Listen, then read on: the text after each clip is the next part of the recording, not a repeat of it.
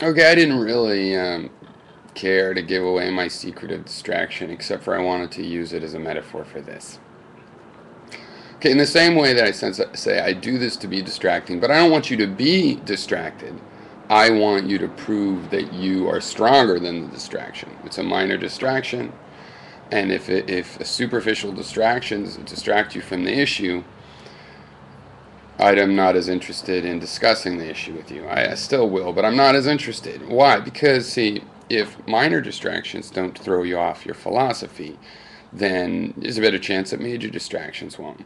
And that's important. I don't want to talk philosophy with you. You give me your old school of philosophy. It turns out the first rainy day, you throw it all out the window. That's not what philosophies are for, especially the moral and ethical areas, in my opinion.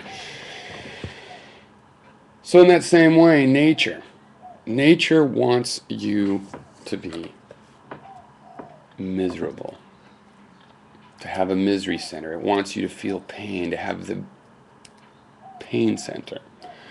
But what that really means is not very well represented in our language in that sense, right? Because it wants you to have the ability to feel pain, okay?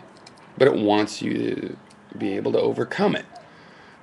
Sometimes by enduring, but you know what? Not by enduring. That's why it gets so strong you can't just endure it, but by solving the problem that it's trying to detect, right?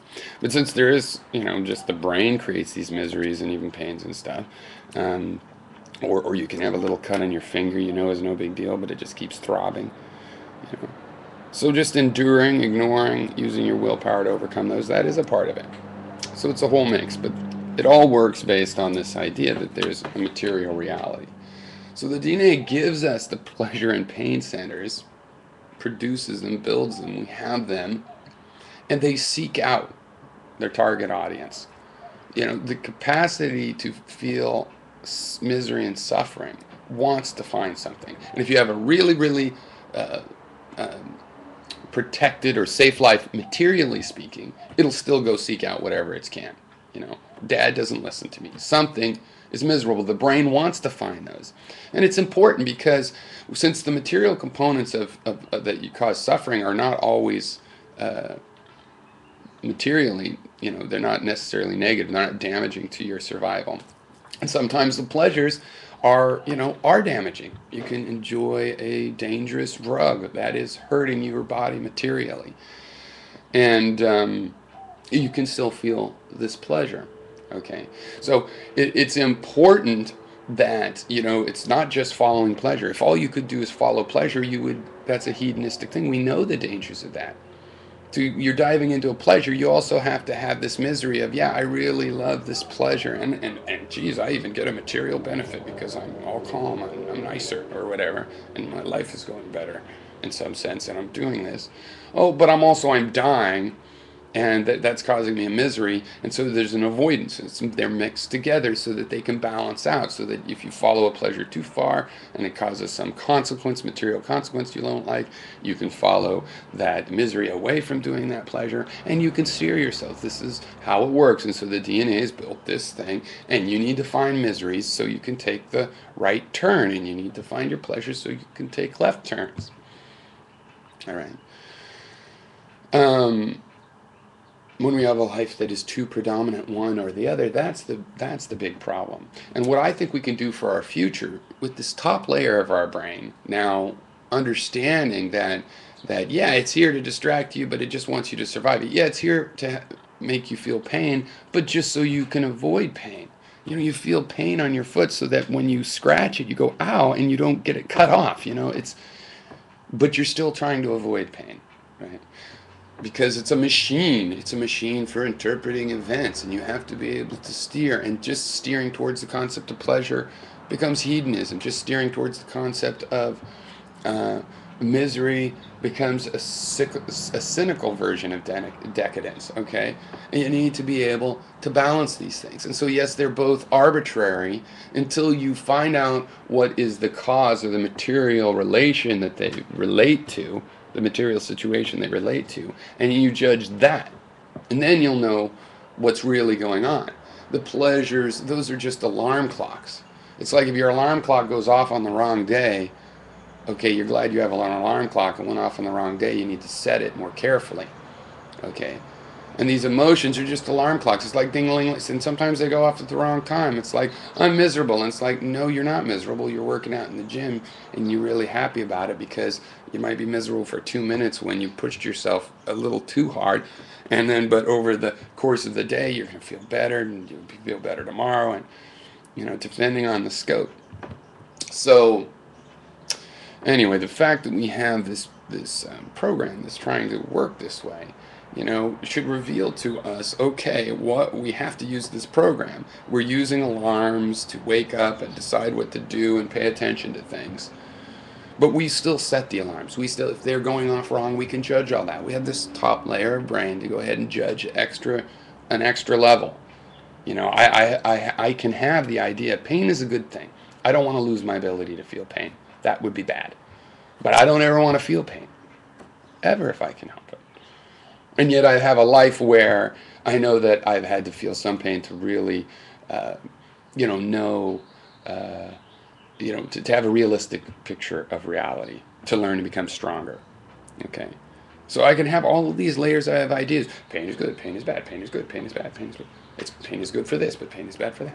Sometimes pain is good for this, but not for that. And sometimes it's not. I can have all of these complicated relations based on, and I try to simplify them. We try to get it to the fewest number of principles that all work together. But even then, there's still a different meaning because you have the purpose of this pleasure-displeasure system to help us interpret reality. And it does, and interpreting reality is ultimately good. And that's what justifies having the pain center. What justifies having the pain center is, let's take it away. You feel no more misery no matter what happens to you. That's horrifying. You cut your leg off, you don't care. You might think, I don't want to die today, I'll put on a tourniquet. Just coldly so you don't die. It's not a good thing. You want to feel pain. So, that's the sense in which you need that capacity. So then when you say, oh, but we feel pain, no, it's not that we feel pain. We're all seeking out these displeasures so that we can feel something, so we can know what we want to move away from. We all have the right, no matter how good our life is, to feel, but there's something we want to move away from. And that's why you have to go, not to objective, because that doesn't define well, but to the material causes, the material relations. Some senses are direct. You see red, it's because the red photons. Boom. That's pretty direct. Some are less direct. You feel hunger, it's because of a chemical reality and the chemicals in your body and the lack thereof. So it's materially caused. It's a little indirect. It's a little less direct, I should say. Okay. These feelings of displeasure and pleasure, they are really indirect. They're wrapped up with childhood memories and just every high-level thing. But still, there can be a material cause. And if you look, okay, you'll always find at least the material cause is something going on in the brain. What's the material cause for the dream? I ate pizza last night. It made my metabolism go a little weird, and I had a weird dream. Okay. Or it could be, well, no, I was in a mining accident, and that's caused the material situation is what's going to make the difference, and ultimately tell you which suffering is total bullshit, and which pleasure is total bullshit, and which suffering is worthwhile, and which pleasure is worthwhile. Okay, because that's the thing. Some suffering is definitely worthwhile, both in the long run and also just because, you're suffering because you didn't get picked first for a team, but you shouldn't suffer for that. It's just you didn't get picked first, So you should suffer it and realize you don't need to suffer. You should just be stronger. That's the one good thing about suffering in general, is if you pay attention to it, well, in my experience, you pay attention to it, one of its messages is, overcome me, right? And that's the thing, too, about crying. I've always believed it's fine for a man to cry. It's good to cry. You need to cry. I get sad when I'm so upset about something, you can't even cry about it, and you still almost feel like you should. But when you just indulge in that, I'm really sad, oh no, eventually you look at yourself and go, yeah, and I'm also kind of pathetic at this point.